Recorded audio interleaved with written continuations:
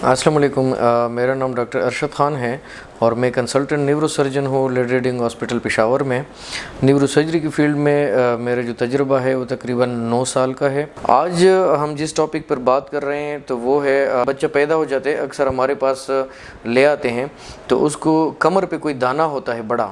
जिसमें पानी होता है। कुछ का जो है ना जो फोड़ा होता है या दाना होता है वो पट चुका होता है, उससे पानी भी आ रहा होता है, साथ में उनके पाँव भी काम नहीं कर रहे होते और पेशाब का कंट्रोल भी नहीं होता। इस तरह बच्चे पैदा हो जाते हैं और वो फ़ौरन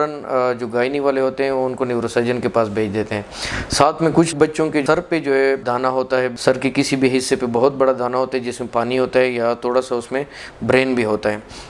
तो ये एक बहुत कॉमन मसला है, इस वजह से मैं इसके बारे में थोड़ा बोलना चाहता था। ये प्रिवेंटेबल मसला है, जो मतलब इसको हम किसी हद तक कम कर सकते हैं। तो उसमें जेनेटिक फैक्टर्स भी इन्वॉल्व हैं, मतलब फैमिली में वो कुछ लोगों में ज़्यादा होती हैं, लेकिन एक जो उसमें बुनियादी वजह है वो आजकल फोलेट डिफिशिएंसी का उसमें सबसे बड़ा फैक्टर गिना जाता है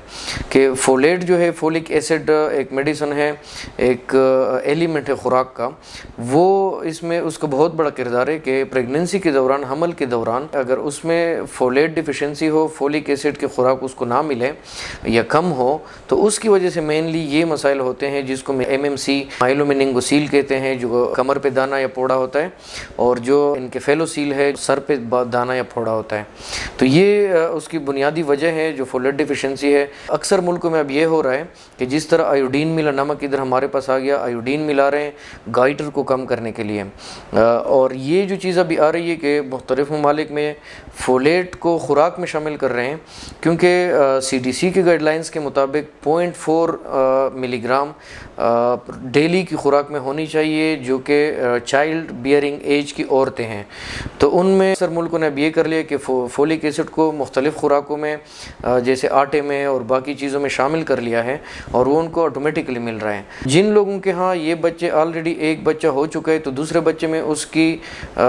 जो पैदाइश की शरह है वो और ज़्यादा हो जाती है कि दूसरे बच्चे में उसका ज़्यादा चांस है, उनको तो फिर प्रॉपर दवाइयाँ देनी पड़ती हैं। लेकिन हमारे यहाँ चूँकि फोर्टिफिकेशन नहीं है खुराक में हम फोलेट नहीं डाल रहे हैं, तो इस वजह से सब माओं को मेरी ये एडवाइस होगी, और आजकल ये रिकमेंडेशन भी है किताबों की हमारे पाकिस्तान के लेवल पे, कि जब भी प्रेगनेंसी प्लान करनी हो